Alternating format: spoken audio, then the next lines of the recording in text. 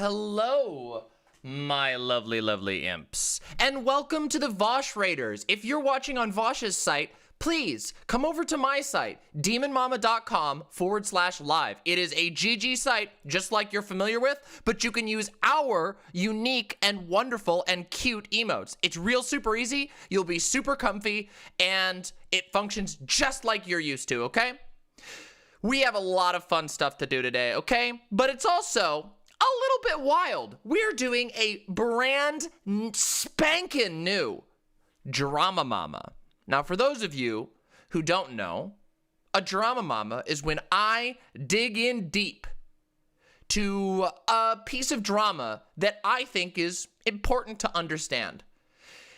Now, this one is a soft sequel, a soft squee boot, a soft squee set boot, redo, remake of the Ray Fisher Drama Mama I did. And what I mean by that is that it has a lot of connections to that drama. So I'm going to be summarizing that very quickly in the beginning so you all are on the same page. But first, before I do that, hello to NB Kitsune, Geotobi, K-Prime, Hyrillian, Libertad, Silent, Chris, Adam Flores, Histrier, Ada Stardust, Ziggy Richards, Jessica Metal, and Gayfesh. And Yo, thank you for the incredibly generous $5 donation. Thank you so much. And from the YouTube chat, Norbert, I Am High, Comrade Cat Pernicus, Jason Sanderson, Stormy Grace, Eric Hansen, Barapo, I Am High, and Eric Nelson. Oh, and Dragon Slayer. Oh, and you know what? Hello, Benjamin Glatt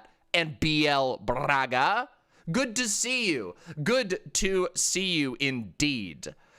We have Ring Fit has been wiping me out, and now we're buried under snow.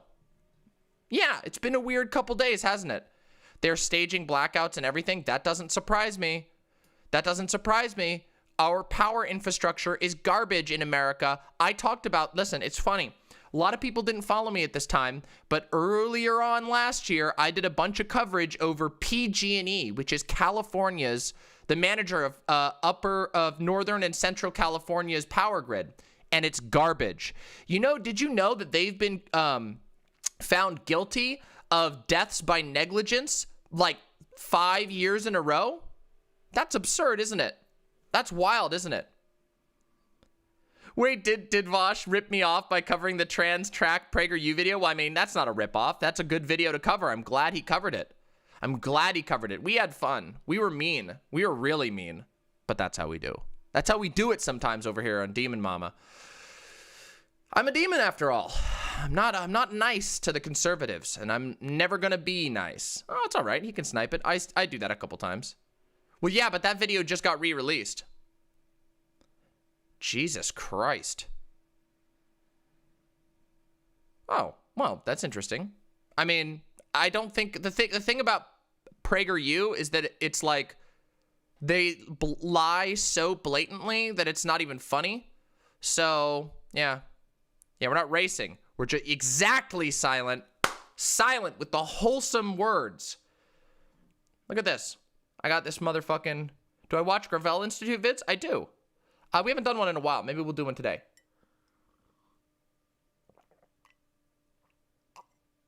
I have some delicious coffee today. And we'll get into this in just a minute. Oh yeah, I launched a new TikTok. You all want to check out the TikTok we did? We did a 3-parter TikTok. You want to watch it real quick? Because today, we're going to be doing a TikTok segment. The first ever TikTok segment. We didn't get to it last night, so we're going to do it today. And what that will be is you will send me TikToks to respond to, and I will respond to them and record a thing. Yeah, it'll be real cool. But let's watch this first, huh? Ready? Watch this. Ready? Let's do this. Here we go. This one's called Social Revolution, part 1, 2, and 3. Nah, I mean, I guess I would consider myself a social revolutionary, in that I believe very much in pushing courageously and strongly for social change. I don't advocate for violence ever. I just don't. It's not what my platform is for. I'm an educator and not like, that's not what I deal in. I do believe in boldly pushing for social change. And I think that we shouldn't just accept the crumbs of whatever is offered to us by the Democratic Party or whatever is seen as acceptable at the moment. And I think that's reflected in my work to a certain degree. Of course, I'm limited because at the end of the day, I'm streaming on YouTube, so there's rules you have to obey. Yeah, I mean, I would consider... Here's part 2. I do think that the key is changing the way that we engage with one another, and I think that's especially important in the age of the internet, where so many people are lost and lonely and don't have communities or fall into communities that are very toxic or culty or exploitative, and I think that we can really change the world if we can learn how to solidify good practices for how to build safe communities, how to empower one another. And I think it could change the way that we see the world. And I think we're in a desperate need for change. We're in a place where COVID has, specifically COVID, but also just late capitalism in general, has put us in a position where a lot of us don't even recognize the life that we used to live when we were younger. True, right? I do think that I know that's true for me. I'm 30, so I'm not like that old, but like the life that I and my peers live now is nothing like what it even was for our parents. Everything is gig economy and everybody's scrounging to, but what you see now, even those people who do have a house, those people are like often like have side hustles and all this shit. It's just like the tension has been increasing and increasing and increasing, and it's to the point where like they haven't had like a get together with friends in like years. I grew up pretty poor, you know, like we used to have bonfires, cheap shit. You get like a couple of shit from the dollar store, some of those crappy pies, and you hang out outside because you have a night that you can do that. But people don't have that anymore. Our society is rapidly changing, and I think that that means that we need to embrace that change is coming, that change is here, and that we can evolve our society in a good way. We don't just have to let it fall in a bad way. See? Yeah, Demon Mama's kind of based, huh? Wow, this Demon Mama bitch, a little based, right? A little based. Crappy cheap pies. Hey, listen, those were the staple of my party life in high school. I mean, I wasn't like a hard partier or anything like that. TikTok React segment. Yeah, we'll be doing some TikTok Reacts. I know you're ready, Alora. Don't worry. I'm doing my best. Yeah, I got to put her on stream someday. I got to have this Demon Mama bitch on my stream. Holy shit. Holy shit. By the way, just one quick shill. I won't do too many, I promise. But if you're here and you haven't liked the stream, we only have 40 likes, please slap that motherfucking like button because we want to get this up in the algorithm, and that would be awesome if we could. Yeah? Yeah? Oh yeah, if somebody wants to debate me, I'm open for a debate. Yeah, somebody want to do a debate? Are we doing a debate? Yo, Adam Flores with the tier 3 sub. Thank you so much. Really appreciate that. Thank you. Yeah, like hostess pies, Eric Nelson. Yeah, that's what I'm talking about. Yeah. Do we have a debate already? Already? My, well, look at the time. It's already debate o'clock. Well, you better do it now because I'm going to do the drama mama after that. Who's debating? Who wants to debate me? Who wants... Wait, didn't somebody want to debate me, Benjamin? Hey there, Norbert. What did Norbert say? Vosh is a content thief? No. That wasn't directed at me, was it? There's only one Norbert? Okay, is this a meme? Oh, this is a meme. Okay, so there is no debate. Very well. Yo, thank you so much. That really helps a lot, Adam. Thank you. One day. One day. You have something weird on VGG to show me? What? What do you have on VGG to show me? Yeah, I'm a master debater, or so I've been told. Or so I've been told.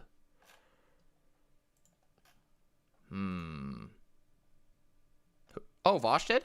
Vosh came out as Pan? Wait, Vosh was always Pan, wasn't he?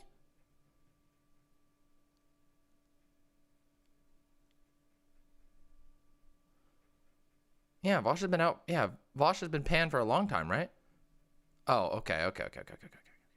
Well, I mean, I know he probably wasn't always, but like, you know, probably didn't realize that all the way a million years ago. Me too, thanks. Me too, thanks. Did you see that Lecture Fan predicted that Basquiat will dominate Vosh in their title debate? Oh.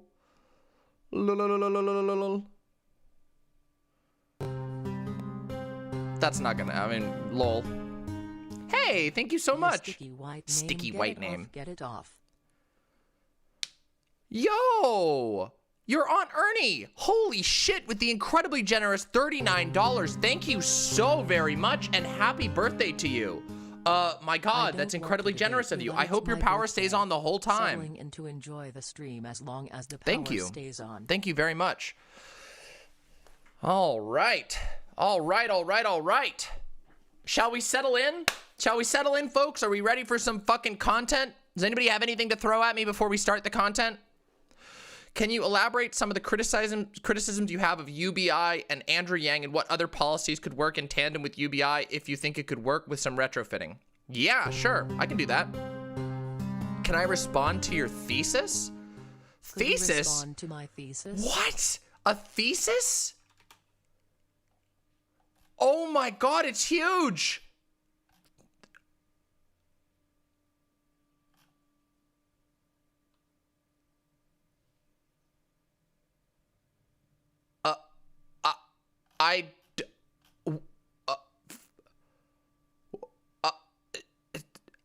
I don't think so. I think this is too big. I'm sorry. Sorry, it's too big. Okay, mucho texto. All right, UBI. Yeah, UBI takes. Here's the UBI takes. Andrew Yang's plan is garbage because it undercuts the existing social safety net and also doesn't address disabled people who need the money more than anybody else. Andrew Yang's plan would basically make the UBI would be deducted for any other government programs that you retain access to. So most of the poorest people in the country who would need the UBI the most won't benefit from it, and it would undercut those programs, which we don't want. UBIs are ideally a really good idea, but they can't impact the rest of the social safety net. The social safety net is supposed to work in tandem with the UBI.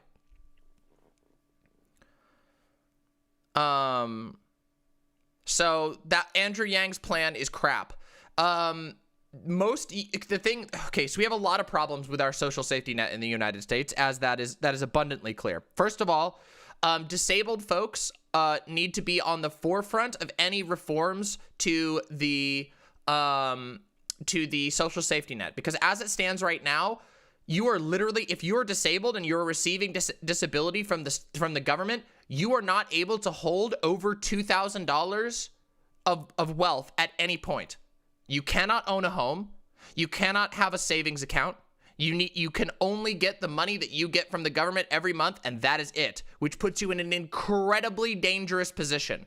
It's horrible. It's inhumane, and it's disgusting. And any UBI proposal that doesn't address that problem is not a complete UBI proposal. Likewise, after once we make sure that that's taken care of, the second thing is that many people in America already rely on SNAP, and a UBI program that would take away money if you also use SNAP, which is insanely good for the economy, mind you. By the way, SNAP, for those of you who don't know what SNAP is, that's food stamps. It's called Supplemental Nutritional Assistance Program, SNAP. SNAP is what economists like to call a triple take, okay? It's super good, super, super good, because guess what?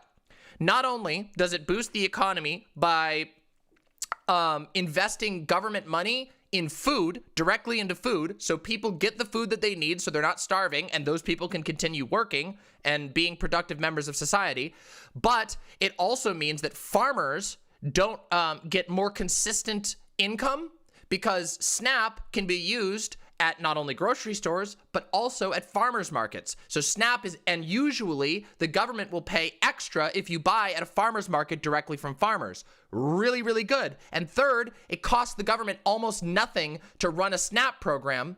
And at the end of the day, the stable economy produces more taxes.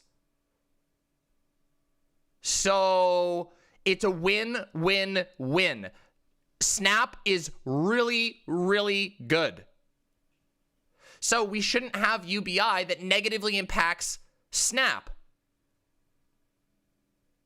Yeah, exactly. A Sam Cedar moment. It's not just a win. It's a win-win-win. It is a win-win-win. SNAP is a win-win-win. It's really good. It's good for everybody. There's no reason not to have a functional SNAP program. Plus, there's another added benefit they don't talk about, which is that SNAP, pause it! SNAP also helps combat food deserts, though not massively. It does help combat it because it encourages people to stock fresh vegetables that people can buy with SNAP in their stores. So you're less likely to have food deserts if there's people who are poor who now have SNAP money that they can use to buy vegetables. Really fucking good. Really, really good. Yep, I agree. SNAP should be expanded to everyone. It wouldn't even be expensive. It would actually be good for the economy. SNAP would be really good. Yeah, I did see that 404. I was listening at that time. Social programs are good, as it turns out.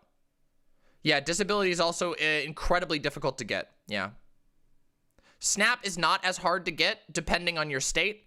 But, yeah. So there's my thoughts on the Andrew Yang UBI, cucked UBI plan. Sorry, listen, I know a lot of people like Yang, but his plan is cucked. Also, one last time before we do Drama Mama, because I'm not gonna plug it.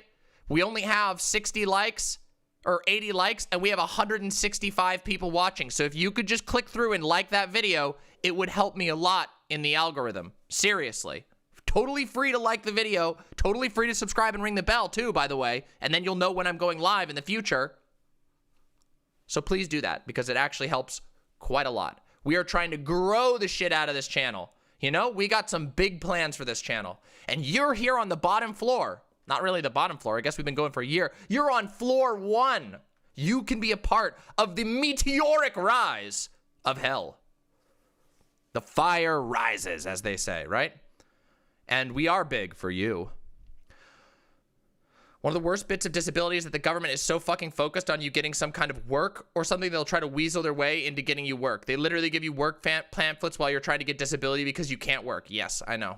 I know. Yes. Yeah, there will, priority 6, there will be a like button on the website in the future. It's a feature that's coming to the website soon. Very soon, which is awesome as hell. Yeah, so soon you won't even have to click through to YouTube to like. You'll just be able to do it on the website. It just takes some finagling, and White Nervous is working on it. So we're also going to have a TikTok box on our website, which is, can we get some Mama Ahagaos in chat? Hey, hello world, good to see ya. Welcome to the chat.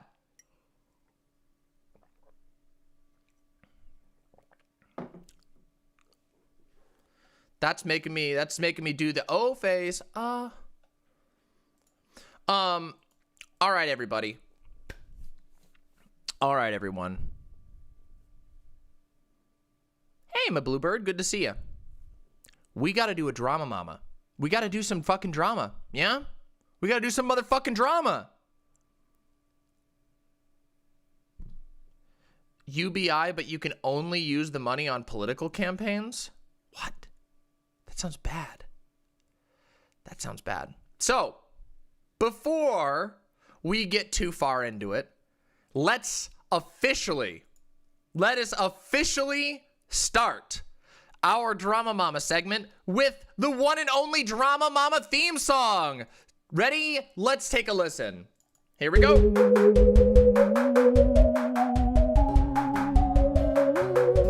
Thank you, Droon4S. Thank you.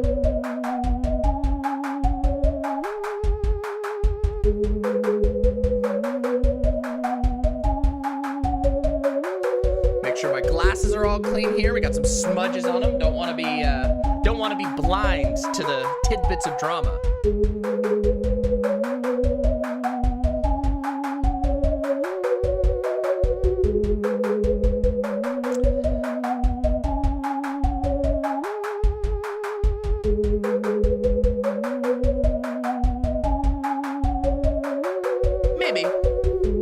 Maybe Drellis Llama.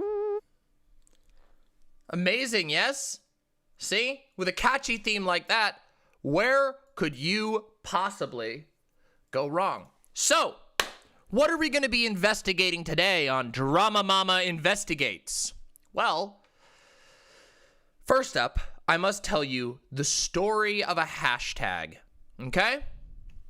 Has anyone here heard of the hashtag I stand with Ray Fisher? You probably have, because you probably saw my episode on it. If you haven't seen my episode, somebody in chat should be able to grab the link and share it. It's a good one to watch if you don't know anything about it. But let me give you a little bit of a catch-up, okay?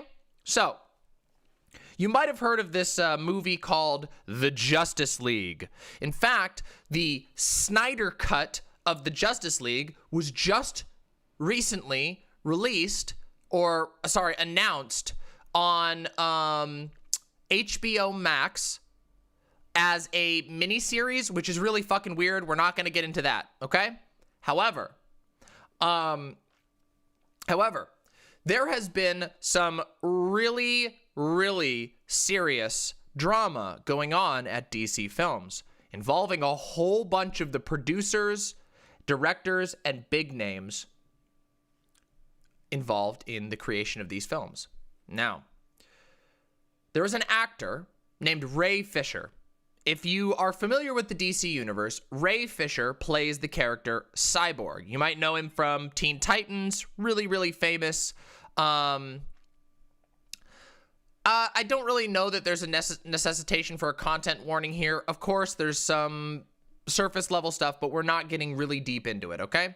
Yeah, Cyborg, aka Victor Stone. Yeah, you might know from Teen Titans. But yeah, and the thing to understand about this situation is that Ray Fisher is a stellar actor who is young. He's kind of new to the field of acting. His first big role was playing Cyborg in the Justice League. And it's a huge achievement because as a young actor, getting a role in one of the biggest films of that time is huge. But it comes with its risk. Yeah, well, he's done other acting in the past, obviously, but yeah. Oh, don't you worry, Freya Knight. We'll get there. Ray Fisher was discriminated against. But as far as we can tell, this is obviously, all of this is alleged.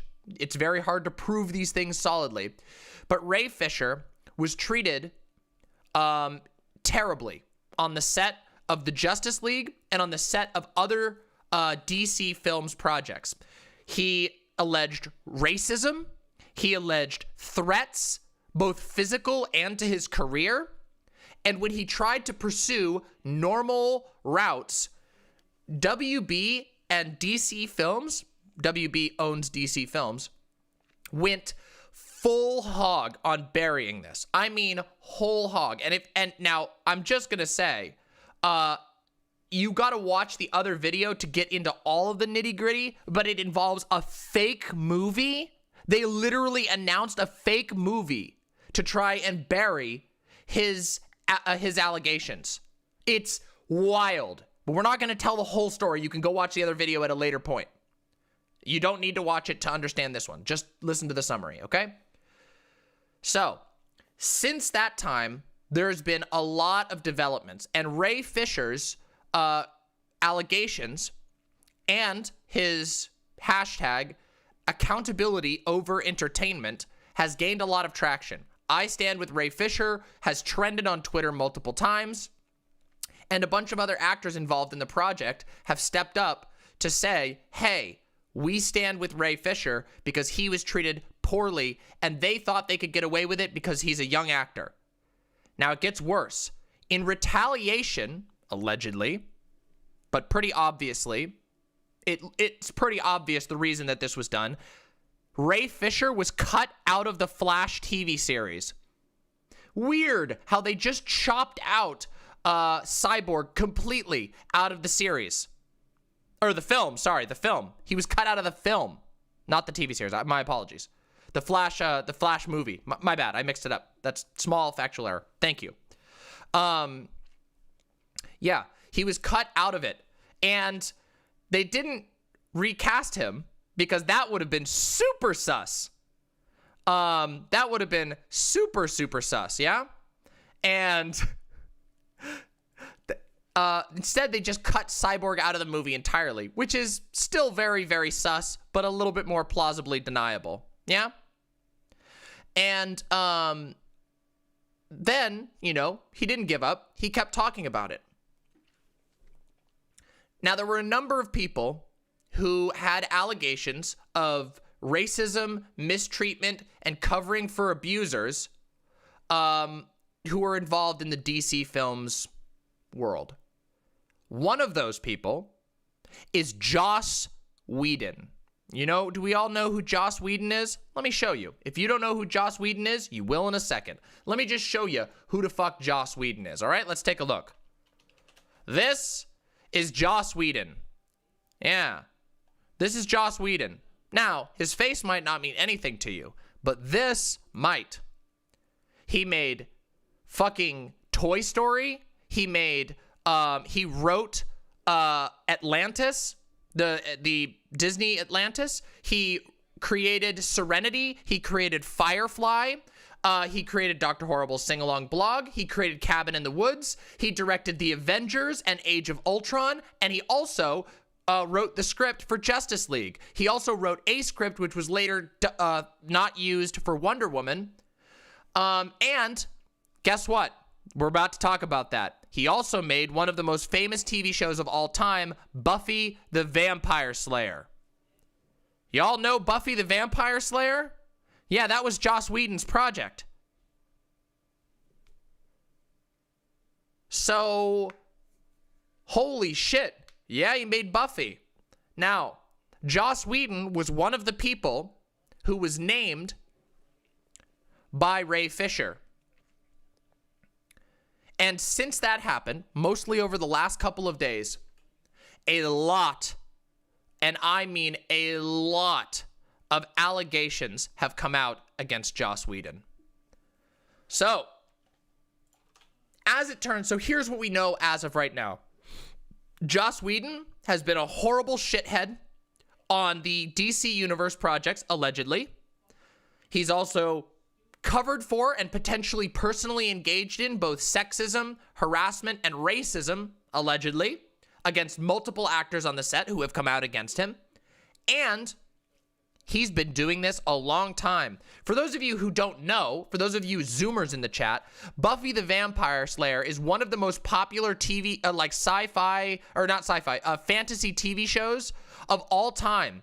And it started in 1997. 1997.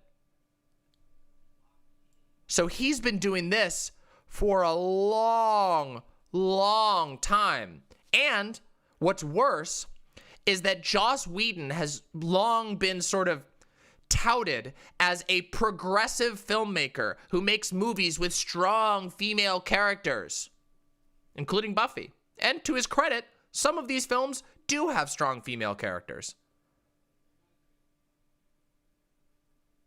But what we now know is that a lot of horrible stuff has been going on behind closed doors.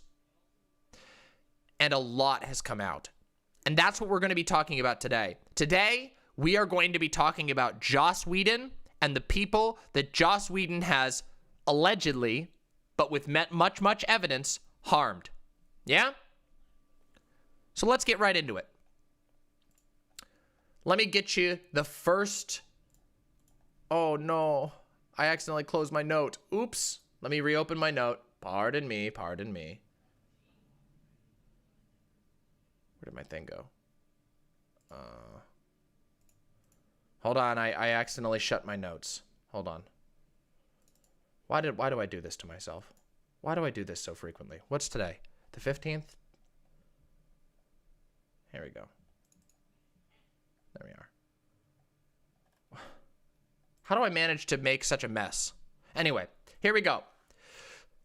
The first of the latest wave of allegations comes from Charisma Carpenter, who plays Cordelia, the character Cordelia Chase in Buffy. And we're going to take a look at this right now, and we're going to read over these allegations, okay? So let's travel with me to a couple of days ago, the first of these allegations. February 10th at 8 a.m. My truth. I stand with Ray Fisher. So Charisma Carpenter is coming out as a victim of Joss Whedon in order to support Ray Fisher's fight against DC Films and the DC Film personality cult right now. Let's take a look.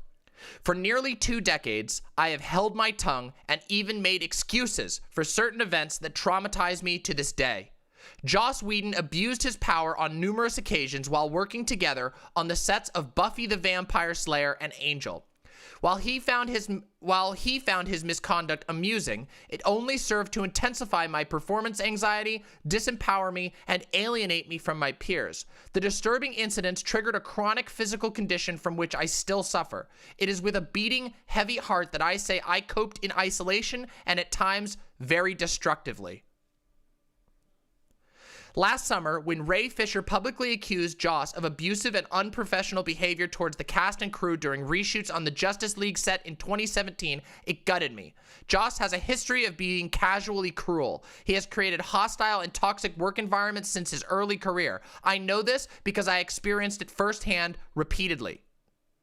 like his ongoing passive-aggressive threats to fire me, which wreaks havoc on a young actor's self-esteem, and callously calling me fat to colleagues when I was 4 months pregnant, weighing only 126 pounds. He was mean and biting, disparaging about others openly, and often played favorites, pitting people against one another to compete and vie for his attention and approval. He called me in for a sit-down meeting to interrogate and berate me regarding a rosary tattoo I got to help me feel more spiritually grounded in an increasingly volatile work climate that affected me physically. Joss intentionally refused multiple calls from my agent, making it impossible to connect with him to tell him the news that I was pregnant. Finally, once Joss was appraised of the situation, he requested a meeting with me. In that closed-door meeting, he asked me if I was going to keep it, and manipulatively weaponized my womanhood and my faith against me. He proceeded to attack my character, mock my religious beliefs, accuse me of sabotaging the show, and then unceremoniously fired me the following season once I gave birth. At 6 months pregnant, I was asked to report to work at 1 a.m. after my doctor recommended shortening my work hours. Due to long and physically demanding days and the emotional stress of having to defend my needs as a working pregnant woman, I began to experience Braxton Hicks contractions. It was clear to me that the 1 a.m. call was retaliatory. We're just going to take a quick pause here. You know how people say that sexism in the workplace isn't fixed? This is exactly what we're talking about. Women literally cannot get pregnant without being retaliated against, targeted, made fun of, pushed to unworkable hours to endanger their health. There cannot be a just society until we put, as Ray Fisher would say, accountability over entertainment. Until we say, no, you cannot work a pregnant woman to death just because you have the power to do so. Humans get pregnant. Guess what? That happens. And guess what? Humans have lives that they live. Work cannot, should not, and will not be the only thing that humans live and die for, especially for comic book movies. As important as comic books and art is, a comic book movie cannot be utilized to control someone's life in this way. But we're not done. There's more. We're not even close to done. Back then, I felt powerless and alone. With no other option, I swallowed the mistreatment and I carried on. After all, I had a baby on the way, and I was the primary breadwinner of my growing family. Unfortunately, all of this was happening during one of the most wonderful time in new motherhood. All that promise and joy sucked right out, and Joss was the vampire. Despite the harassment, a small part of me still sought his validation. I made excuses for his behavior and repressed my own pain. I have even stated publicly at conventions that I'd work with him again. Only recently, after years of therapy and a wake-up call from the Time's Up movement, do I understand the complexities of this demoralized thinking. It is impossible to understand the psyche without enduring the abuse. Our society and industry vilify the victims and glorify the abusers for their accomplishments. The onus is on the abused, with an expectation to accept and adapt to be employable. No accountability on the transgressor who sails on unscathed, unrepentant, and remorseless. Do you see what I'm saying? If someone has control over your employment, over your livelihood, there is an incentive to bow down to that person, to suffer their abuse. This is why we talk about power imbalances. This is why it is important to be very careful about power imbalances. And we're not talking about power imbalances just like a boss asking you to come in late sometimes. We're talking about a boss who demeans your physical appearance, a boss who makes sexual comments towards you. We're talking about a boss who forces you to work late hours that could endanger the life of your unborn child.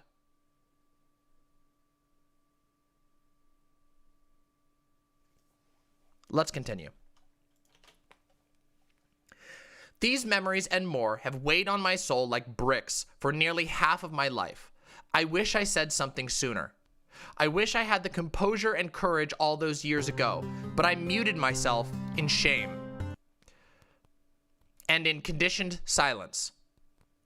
With tears welling, I feel an overwhelming sense of responsibility to Ray and the others for remaining private about my experiences with Joss and the suffering it has caused me. It has been abundantly evident that Joss has persisted in his harmful actions, continuing to create wreckage in his wake. My hope now, by finally coming forward about these experiences, is to create space for the healing of others who I know have experienced similar serialized abuses of power. Recently, I participated in Warner Media's Justice League investigation because I believe Ray to be a person of integrity who is telling the truth. His firing as Cyborg in The Flash was the last straw for me. Although I am not shocked, I am still deeply pained by it. It troubles and saddens me that in 2021, professionals still have to choose between whistleblowing in the workplace and their job security. It has taken me so long to muster the courage to make this statement publicly. The gravity of it is not lost on me. As a single mother whose family's livelihood is dependent on my craft, I am scared. Despite my fear about its impact on my future, I can no longer remain silent. This is overdue and necessary. It is time.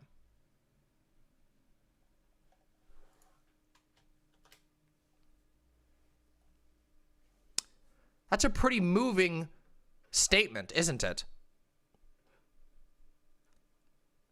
And it doesn't exist in a vacuum. Like I said, this is in support of another creator who's called out not just Joss Whedon, but numerous people who covered for Joss Whedon. Now, if you go and watch the previous episode in the future, you will find out that Joss Whedon has backing up to the level of the DC Films president. That's how much money these people are making and how much they're willing to cover for their friends and their allies. And that's pretty sickening. But we're not even close to done. Because Charisma Carpenter started a chain of statements. And this is the thing. Interestingly, what we've learned since Me Too and since I Stand with Ray Fisher and many other similar movements is that using your public platform,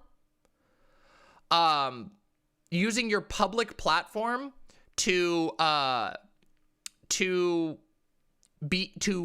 bring attention to wrongdoing can be incredibly powerful, but it often comes at great risk to those who step forward, to those who make those statements. Even if they're telling the complete and utter truth, much like Ray Fisher did, you often suffer consequences unjustly. Ray Fisher didn't deserve to lose his position on the DC Films team. In fact, Ray Fisher was making the DC Films team better by calling out racism, by calling out bad behavior, and they penalized him nonetheless. Any questions that I get, I will answer at the end of this segment because we're going to do this segment. Just a little, forewarning, just so you know. I'm not ignoring your questions or anything. Okay?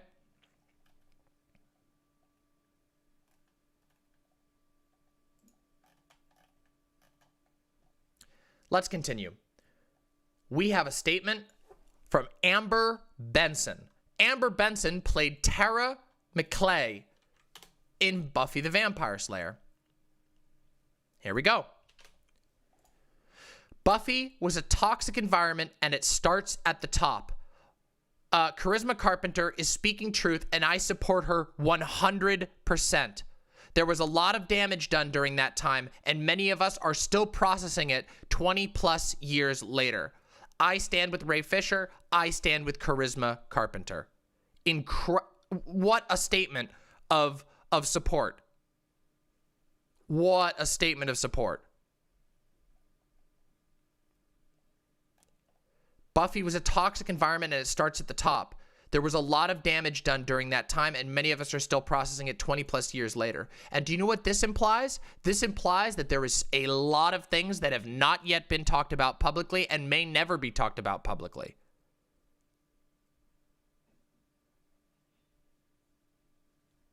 That's wild.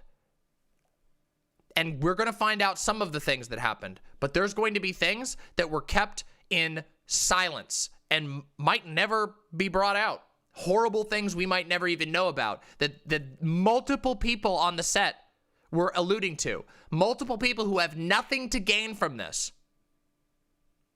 That's fine, 404. If it's too much, if it's too intense, please step out. We talk about intense issues on here. We have to. It's just a fact of politics. Okay? Let's continue. Here we go. Oh, look, Charisma Carpenter responded. I love you. Your courage and support has proven to be a powerful inspiration and a safe harbor.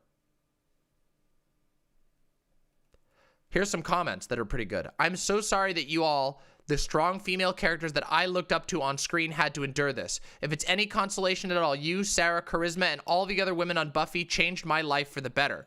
You see, Buffy the Vampire Slayer was, for many women, the first character, the first TV frontlining character that was a young woman that ever got to be cool and strong and not like a damsel.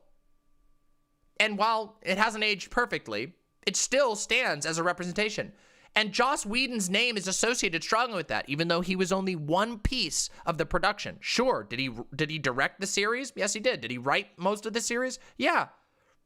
But he's only one part of what makes a TV series. A TV series isn't just a script. There's tons and tons of talent that goes into these giant collaborative projects.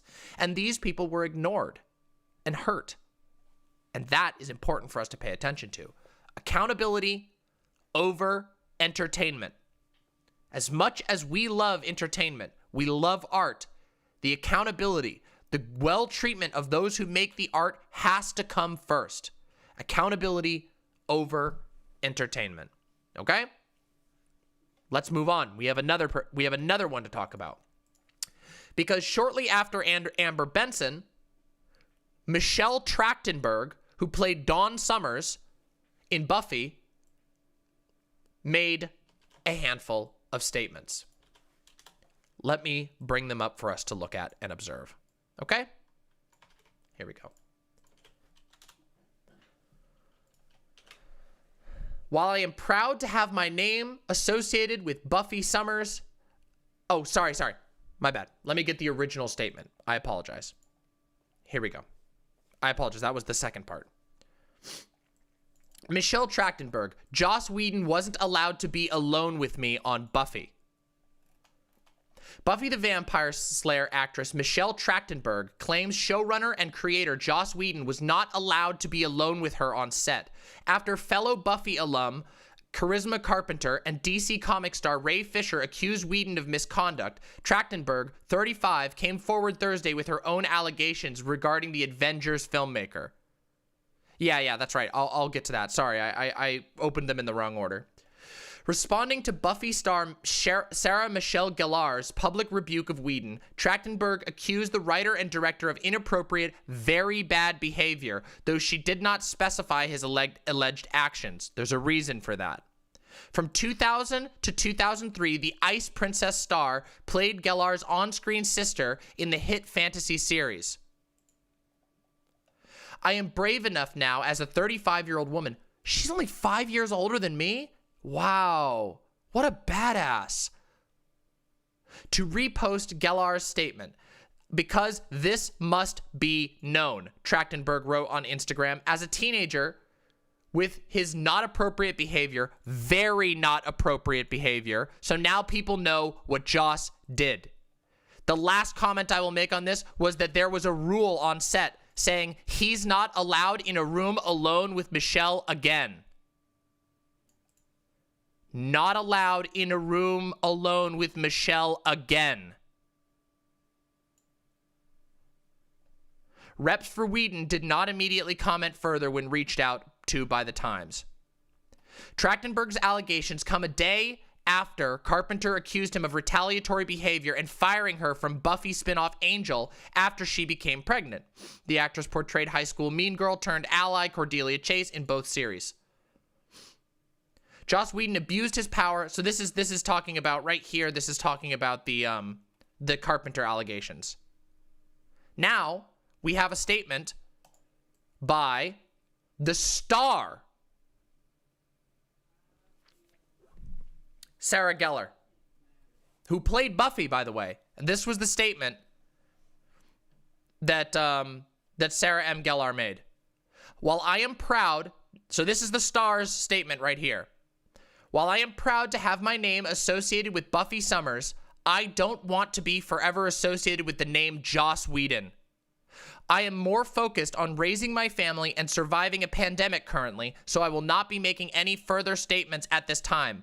But I stand with all survivors of abuse, and I am proud of them for speaking out. Do you know what we call this? Yeah. That first sentence, right? That's a pretty clear statement of what went on. That Sarah M. Gellar does not want anything to do with Joss Whedon anymore, and she's willing to stand publicly with the victims, even if she's not capable or willing or able to talk about these things right now. Isn't that wild? But there's more. In response to this statement, we see Michelle Trachtenberg's statement. Thank you, Sarah, for saying this. I am brave enough now as a 35-year-old woman to repost this because this must be known. As a teenager with his not appropriate behavior, very not appropriate. Very not appropriate. So now people know what Joss did. The last comment I will make on this was that there was a rule saying he's not allowed in the room with Michelle again. And yeah, we saw this. I know. I just want to make sure that we've got the timeline set up correctly because I opened them in the wrong order. It's tracking things across multiple platforms is a little bit challenging sometimes. Yeah. I think I have another one of these. Let's see. No, I don't. Oh yeah, here's the original. Here's the link to the original statement just so we can show it on stream to prove that I'm not making up anything. Here you go. Here's the Sarah M. Gellar post, and here's this post. So you can see this is from the official one, and here's the post. Yeah. Yeah, Michelle Trachtenberg would have been what? Yeah, about somewhere in the ballpark of 15 years old. Let's see. It was in 2002, so about 20 years ago, approximately. Yeah, she would have been in her teens. She was in her teens, and the crew had to make a rule. The crew had to make a rule to not let Joss Whedon be alone in a room with her. Think of how absolutely screwed up that is. Just, I want you to think about how fucked that is. Yeah? That is a crew circling together to try and protect someone from an abuser that they can't do anything about because he has power in the industry and they can't touch him.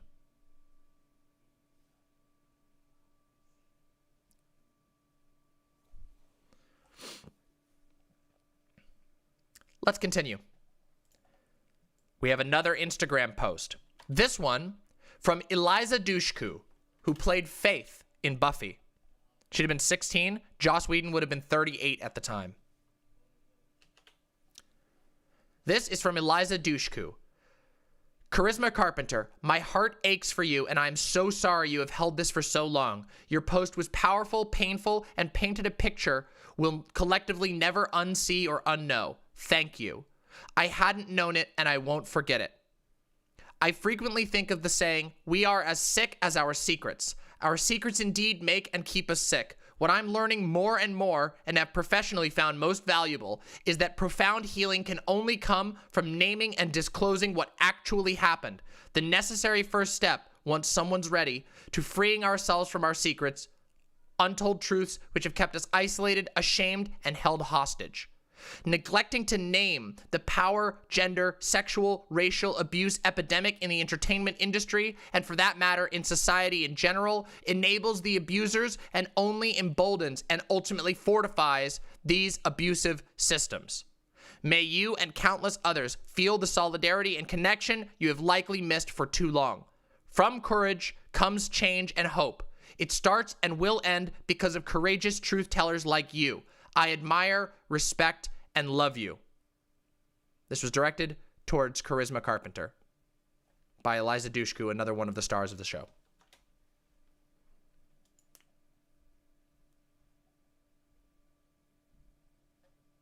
Yep. And it doesn't stop there. It doesn't stop there.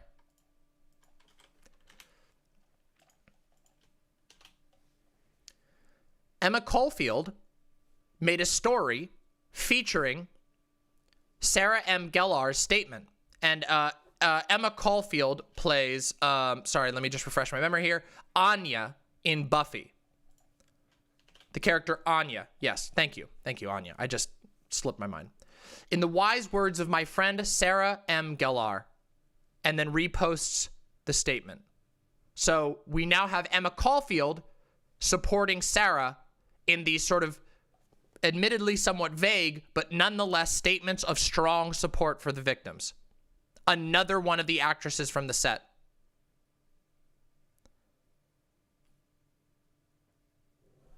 And it doesn't end there.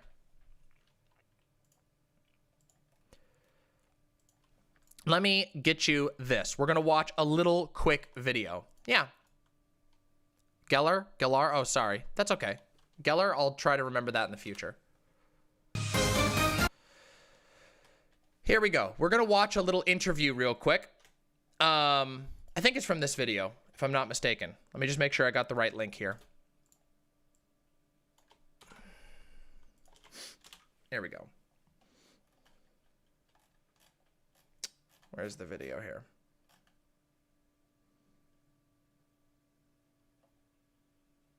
Here we go. I gotta find where the timestamps have been removed. Oh, okay, well that's no good. All right, we'll watch the whole interview then. We're gonna watch a quick interview and we're gonna watch the reaction live. Oh, I know, Silent. Nobody gets to dunk on me about pronunciation after that one. All right, let's watch this little interview. And we're just gonna sit through and we're gonna pick it up live because the timestamps have been removed, interestingly. All the comments have been disabled on this video, so I don't have the timestamps anymore. Best known for his roles in Buffy the Vampire Slayer, Merlin and Little Britain, but for his next project, Anthony Head starring in a dark comedy thriller. Anthony Head is the actor who played Giles on Buffy. Very well-known actor. Despite being made before the pandemic, Schools Out Forever is set in a boarding school as a deadly virus grips the world. Oh, and Anthony Head joins us now. Good morning. It's lovely to see you. Hiya. So this is so strange, isn't it? Because you filmed this pre-pandemic. So go back even further when the script dropped on your lap and you're reading it and it's sort of this global pandemic that it's about. You must have been thinking, well, this is all a bit far-fetched. I mean, this is never going to happen. It's a bit, but now it's like, woohoo, thank goodness people aren't falling over and dying in the street. Touch wood. And I mean, you described it as a comedy. It has some wonderful comedy in it, but it was one of those scripts that it's a real page turner, and there are moments which completely sideswipe you, and you go, oh, I can't believe that's just happened. So, yes, it's about, I mean, I kind of related to a book that I loved at school called Lord of the Flies, which is about a group of school children who were stranded on an island, and they gradually become more sort of animalistic and tribal, and it's kind of like that. It's what happens to our basic instincts when we're in a catastrophe, and it has its moments. So touch wood. It's an element. There are elements of Shaun of the Dead in there as well, as you say. It has its twists and turns, and it's a little bit like Game of Thrones because you will kill a character that you quite have got to know. Yeah, you have no idea who's going to go next, what's going to happen. it's as I say, it's a page turner because you kind of want a page turn a page and find out who goes next. Well, you play the head teacher, and I think it's safe to say he's not particularly happy all the way through this, and he is he's a bit of a baddie, but I don't want to say that to sort of put you off, because I know that you've played baddies in the past. However, you don't like to see them as baddies, because obviously these characters themselves don't see them as baddies, and that helps you to play them. Well, I don't mind. I mean, I've just played something in a series called Feel Good, where I played somebody's father who was a real obnoxious kind of. He keeps saying it's all about me. It's about me. And she finally takes it on board, and it's actually a positive message. But no, they are baddies, but they don't. As you're quite right, they don't see themselves as baddies. They see themselves. I mean. They wake up in the morning and think, what will I do today? Let's, they don't think, let's do something bad. I don't think. I don't know. The world is kind of about them and not about what can I do for somebody next to me. But there is a lot of that in the world. And it's something that, for me, it's about playing someone real. It's not about playing someone who's just evil, because that's very two-dimensional, black and white, and when you give a character a background and a reason for doing what they do, they just become a bit more interesting. I mean, you've had some great roles, obviously, and we've talked about many of them over the years. There's stuff in the news today about Buffy, and it always seems important, to have a great He knows.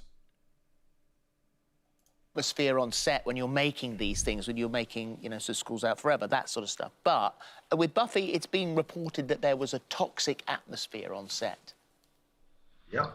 And I've been up, you can probably see I've been up most of the night just running through my memories thinking, what did I miss? Because, and this is not a man saying, I didn't see it, so it didn't happen. It's just, I am gutted. I'm seriously gutted, because one of my memories, my fondest memory of Buffy is the fact that it was so empowering. Not just in the words in the script, but just the family feel of the show. We were all sort of collected, and I'm really sad that if people went through these experiences, that they didn't. I was sort of like a father figure, and why did I would hope that someone would come to me and saying, I'm struggling, I just had a horrible conversation. Admittedly, the first post by Charisma was when she was working on Angel, and I was long gone. But there are other posts subsequently that are making me think,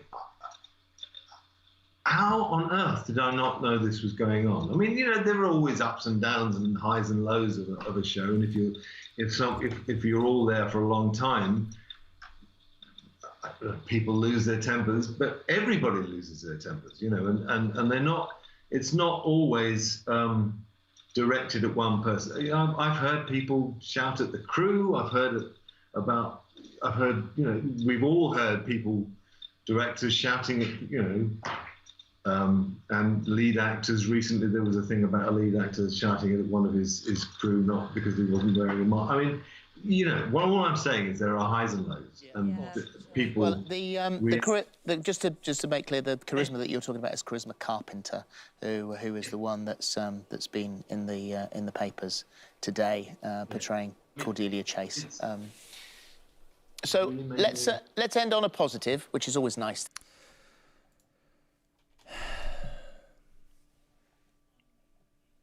So, yeah. What happened?